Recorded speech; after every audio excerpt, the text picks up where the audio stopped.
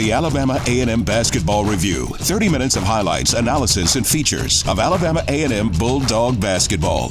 The Alabama A&M Basketball Review is brought to you by ARMS Software, Buffalo Wild Wings at Madison Square Mall, Woody Anderson Ford, the Fellowship of Faith Church, Tellini's Italiano, 90.9 WJAB, Five Guys, Aramark, Union Hill Primitive Baptist Church, and Wings to Go.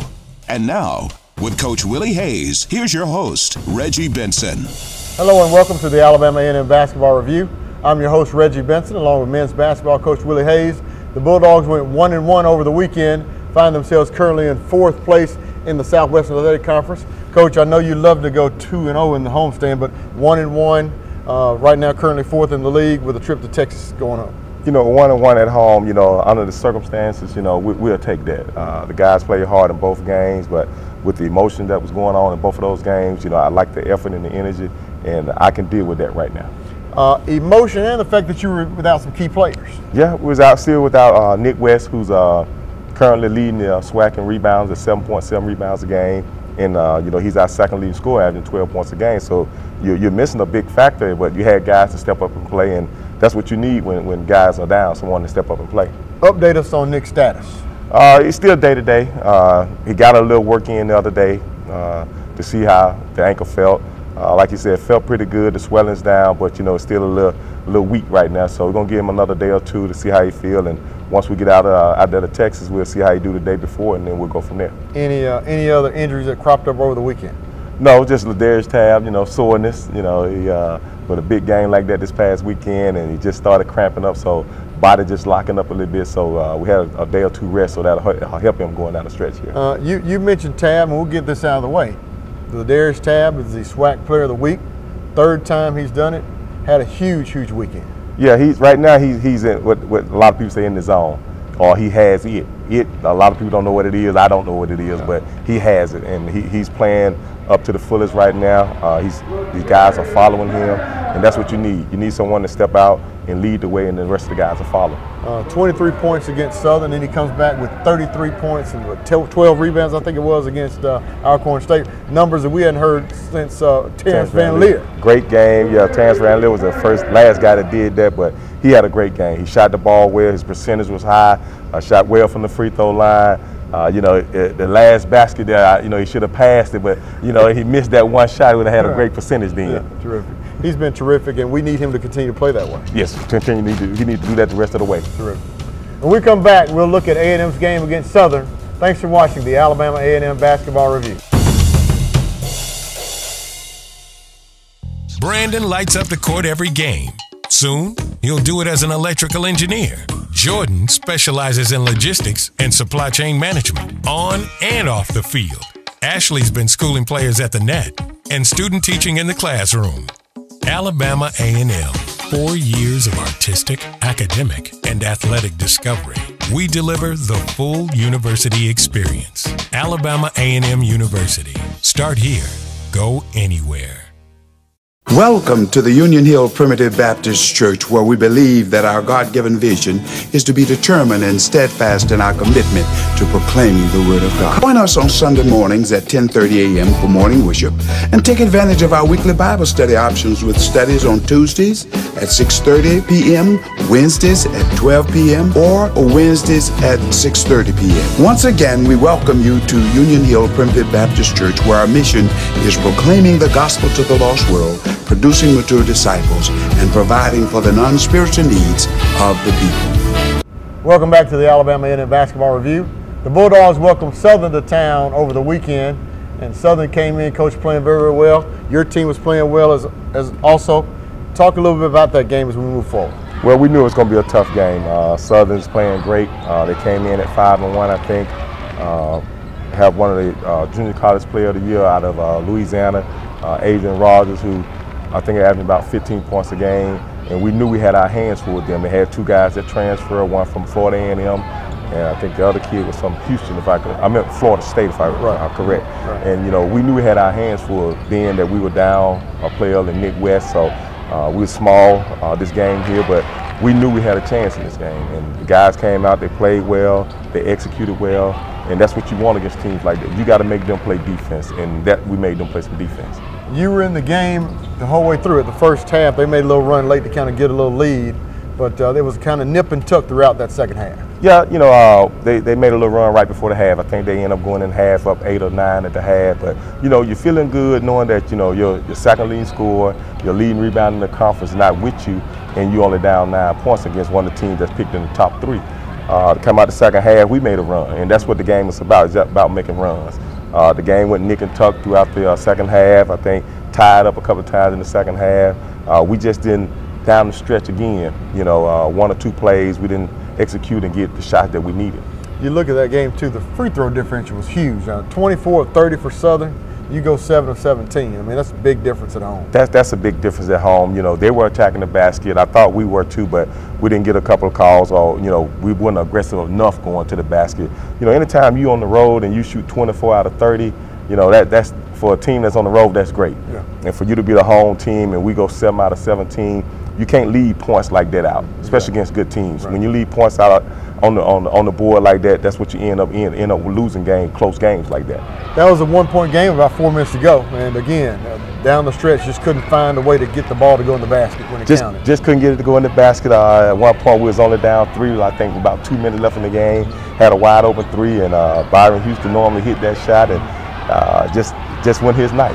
He really didn't score that night, but he rebounded well. Matter of fact, I think he was 0 for 6 that night, but he had 7 rebounds.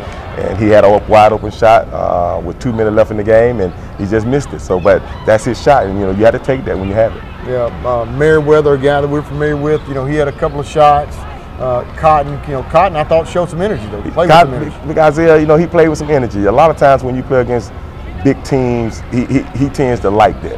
Mm-hmm. He hate those smaller teams, but when he see big guys, he tends to like that, because like I tell him, all you gotta do is lay your body on it. Use your body, use your size. All I need you to do is defend and rebound, give me 2 or 3 minutes at a time, and we'll get you back out of there. The bench was huge for Southern. Southern scores 37 points on the bench. Your bench was hampered because you end up having to put Hutchins in the starting lineup as opposed to bringing him off the bench because you don't have Nick West. Yeah, well, we brought Adrian Edwards. Oh, I'm sorry. Adrian Edwards off the bench. He started, but he had a pretty decent game. But having him coming off the bench was a plus for us. When you got a guy that can come off the bench, give you 8 to 10 points and give you 6 or 7 rebounds, but not having that guy come off the bench, and that guy came off the bench, I think he was 5 of 5, 9 of 10 from the free throw line, had a great game. And we weren't expecting that for him, but that's what you want. That's what you need when you're trying to build a team, when you have a great team. Someone else needs to step up, and he did that for Southern. Take me through the after the game when you talked to your team about that loss. Well, it was tough because the emotions of the loss that we had in Coach Wright, it was real tough. Like I told them, I like the energy, I like the effort. It's 2 areas we didn't capitalize on. That's execution down the stretch and our free throws.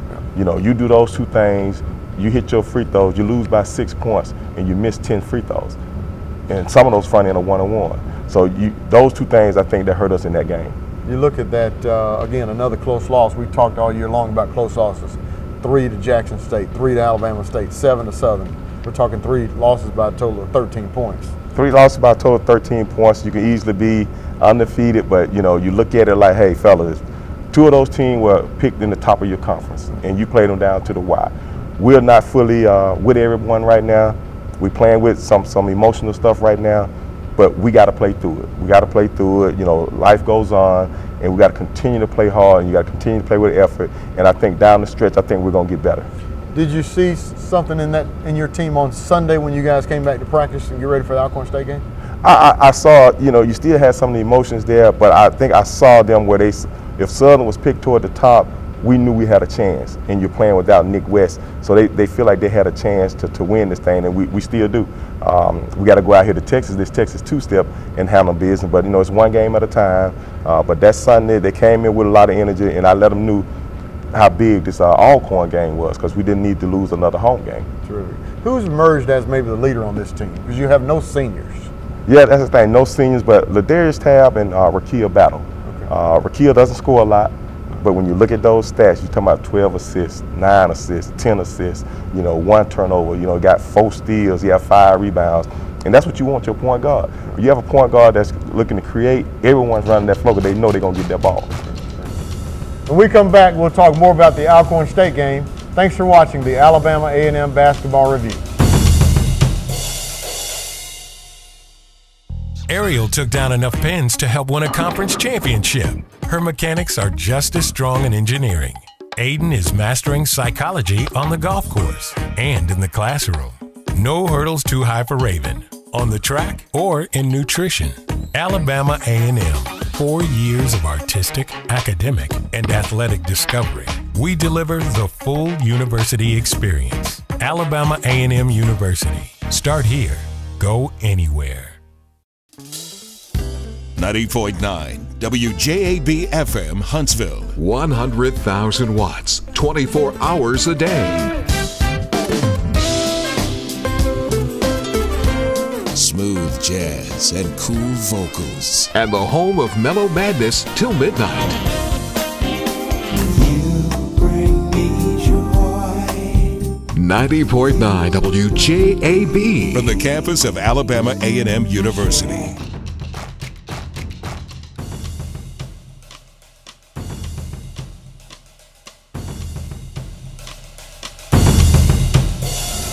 Welcome back to the Alabama A&M Basketball Review.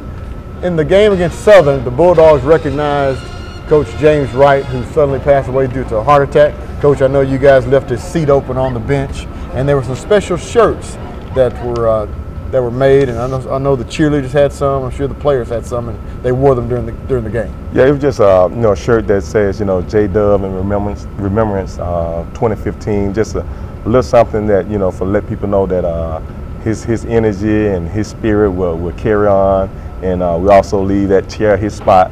We leave that spot open with J-Dub on it, with his initial on it in maroon. So that chair won't be sitting in the rest of this year. That's where we will remember him at. We know about him as a coach. Now you played against him. Give us a little bit about him as a player. Well, back in high school days, 17, 18 years old, we ran across each other a couple of times, and he went off to Jackson State. I came up here to A&M. Really never just really played against each other, because at that time we never did play Jackson State. Okay. But we always played against each other in summer leagues, and he was a defensive guy. I always joke with him. I said, man, I had 45 on you. He said, well, Coach, you didn't get 46 though. That was his thing. That's just how he was. He always coming back with a remark on you. Like, man, I had 45 on you. Well, Coach, you didn't get 46. Yeah. But that's just Jay Wright. That's just how he is, and his spirit would go on, and we're gonna continue for him. You have to get your team over a difficult loss to Southern to get ready for an Alcorn State team. Went back to practice on Sunday. You saw something you liked out of your club that day. I did. I saw that they felt good about themselves. I think that Southern game was tough, and you wanted to get through that game. As for myself too, that was a tough game, probably the toughest game I ever coached.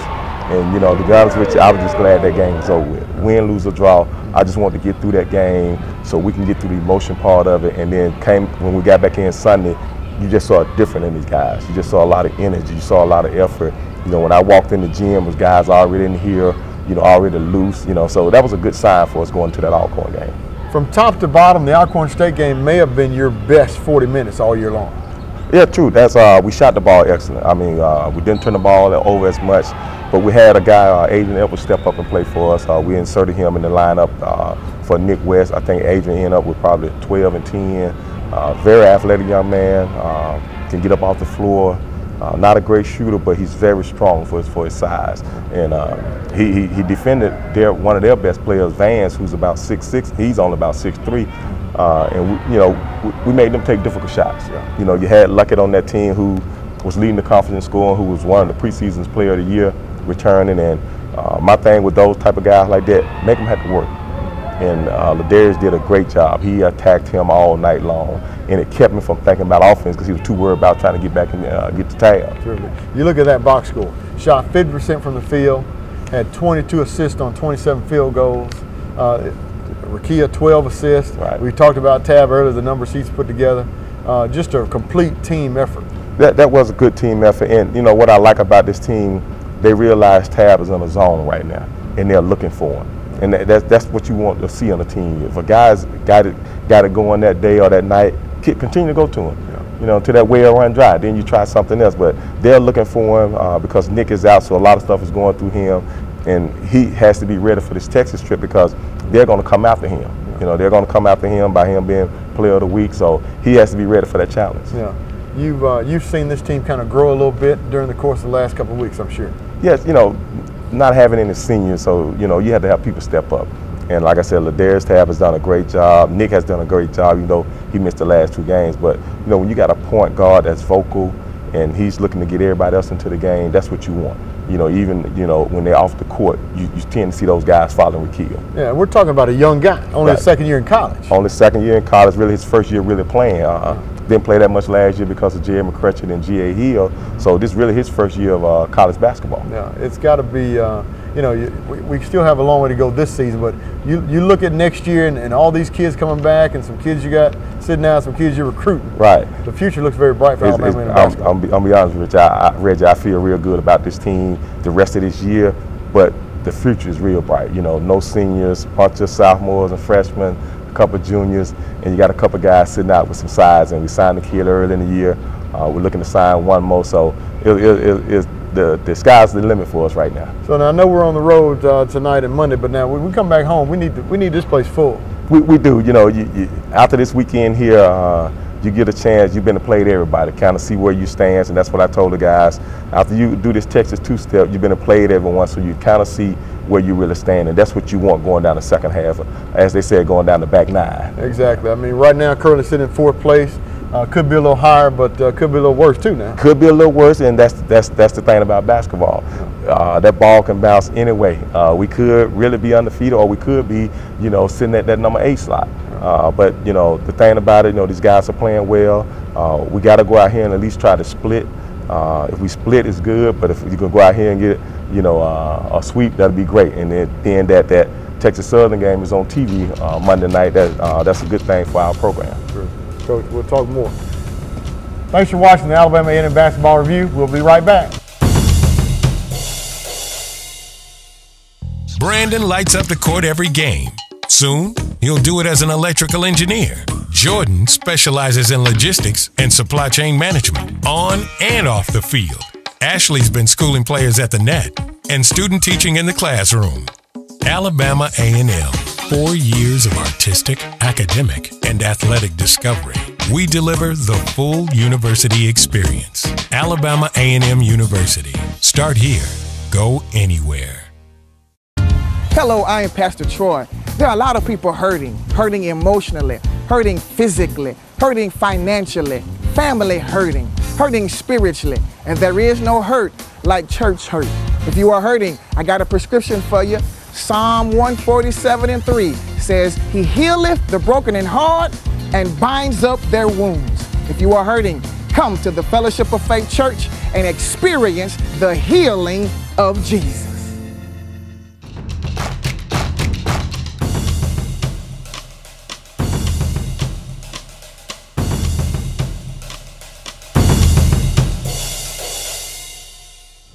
Joining me now is Alabama A&M women's basketball coach Semeka Randall.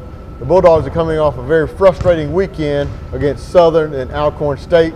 2 of the better teams coming to town, Coach. We let them get out of town, and that's unfortunate. It definitely is, and it was a very frustrating weekend. You know, you're entitled to have bad games, and I thought the Southern game from start to finish, we just was not ourselves, but you should have a bitter taste in your mouth and itching to get back out on the floor and try to redeem yourselves, and we didn't do that against Alcorn, and I thought Alcorn was a winnable game for us if we came in with the right attitude and the mentality in terms of let's go and get one, because we really, really need this, and we don't want to be on a downsliding on a 2-game losing streak where we are right now. Yeah, exactly. Southern came in here last year and handled your team pretty good, so I thought that would have kind of got your team a little fired up with them. A lot of those girls were back for that team.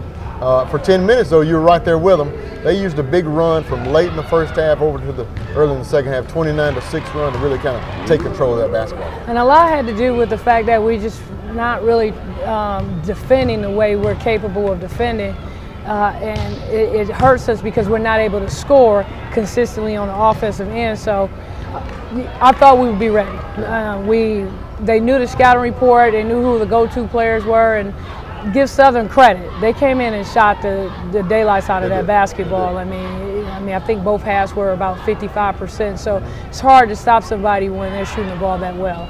Few teams in the league have shot 53% against your team, though, but Southern came in and did that. They really did. And what I like about them, and I wish our team would get hold of it, they came in with a swag. Started with their head coach, and it trickled on down to their players. And trust me, I got a swag. Yeah. And I want to win every time I get out there and I get an opportunity to coach our players, but we just haven't been able to put it together and take on my personality. Yeah.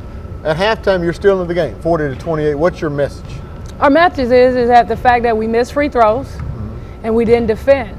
And we go out there and attack and understand where their go-to players are and try to limit them, and every shot they take be a contested shot, then we'll be in business here and we'll kind of play ourselves back into the game. And we came out and did the complete opposite of it, and it just felt like it was just something that just kept falling in pieces to us. So it was just, again, frustrating moment. Southern scores the first 12 points. I know you took a couple of timeouts, try to kind of slow it down a little bit, but no answers.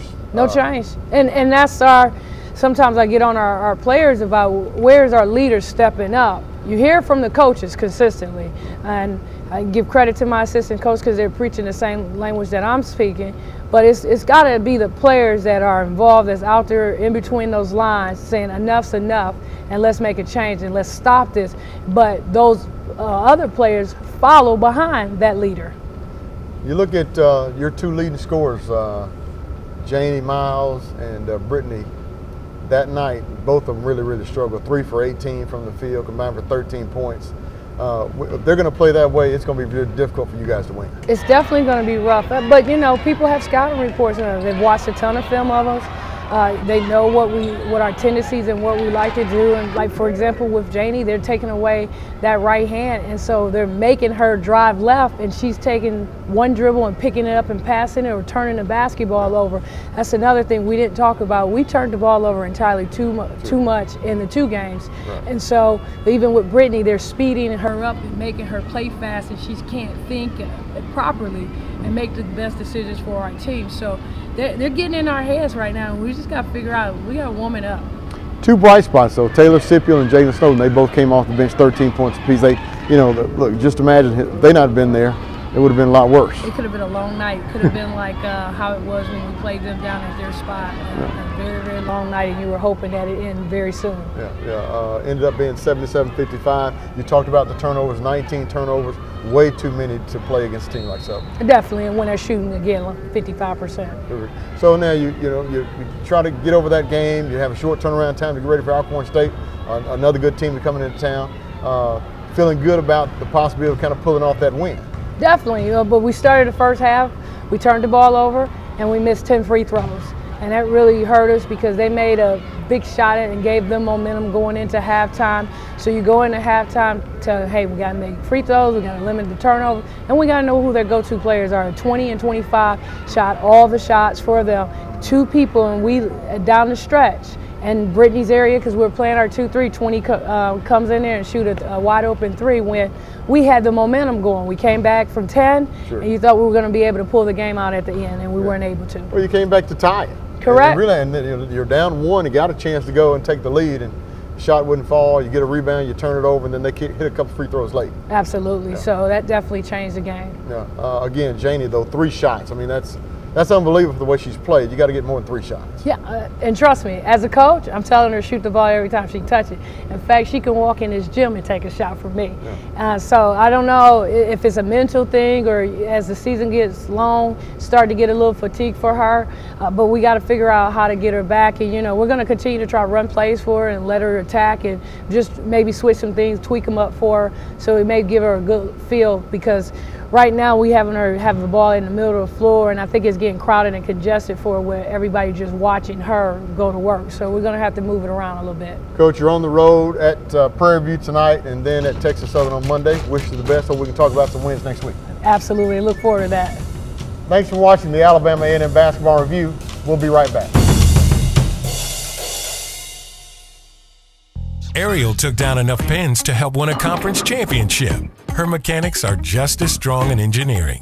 Aiden is mastering psychology on the golf course and in the classroom.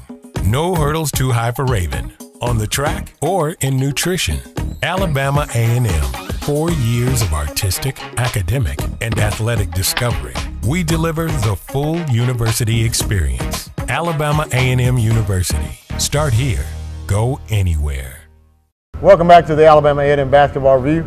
The Bulldogs visit Prairie View tonight and then take on Texas Southern in a game that will be televised by ESPNU on Monday at 8 p.m. Coach, 2 teams and 2 coaches you're very familiar with. Yeah, very familiar with both of these guys. Byron Rim, who attended Alabama A&M, and Mike Davis from his days at, playing down in Alabama, at Indiana, and then also down at UAB. So, I know both of these guys well, and Mike has always been one of those guys that have always given me a lot of credit or always gave me advice about how to handle my team. Currently, both teams playing very well. That's the thing right now, going out here, this Texas two-step, we've had some success out there. Hopefully we can have a lot of success this upcoming weekend, and because we really need it going into down the back end of this stretch right here. Give me an idea. Now, give me the keys to win for your team. Well, right now, I know at Prairie View, they're probably going to try to press us because we're so young at the point guard slot, and both our guards are sophomores with Keel and Mayweather. So I expect them to try to press, but we've done a good job since the Alabama State game on pressing, and so with them, that I look for some press. With Mike, they're going to try to go inside. He has some big kids, a lot of transfers, but I know one thing he hates playing against zone, so we're going to throw that zone in, and he know I'm coming with that zone. Every year I get him with that zone, so I think he's going to be kind of ready for me, but I'm going to throw it at him again. Now, Pine Bluff has the big upset of the year so far. They beat Texas Southern the other night. Yeah, playing that zone. Yeah. But George does a great job with his zone. It's kind of a tangible zone. That's one of them zones that, that Syracuse type of zone that you had to study for a long time. We've had success against his zone, but Mike just tends not to like to play against zone. We're going to mix it up a little bit, play some man, but I'm going to throw some zone at him to see if we can try to slow them down. Now, Texas Southern is the defending champ, so it'd be a big feather in your cap to kind of go down there and get a win. Yeah, they're defending champ. From my understanding, from the alumni out in Houston, Texas Southern have been pumping this game. It's a nationally televised game, so I know their students going to be up in there. Our guys got to be ready for the challenge. Terrific. Now, we'll know is Nick a game time decision for the Prairie View game? He's a game time decision. I know he want to play right away, and I know we would like for him to play right away, but we're going to take this one game and one day at a time. Big road trip, though, especially when the schedule starts. Now, starting tonight, 7 of the last 11 games on the road. Yeah, on the road, but, Reggie, we've had success on the road. This team seems to play well on the road. I don't know if it's just being away from here or being away from classes. You get to spend a little bit more time with them. So, it doesn't bother me any because this team has played well on the road. Right. Coach, good luck this weekend. Thank you, Reggie. Thanks for watching the Alabama A&M Basketball Review. We'll see you again next week.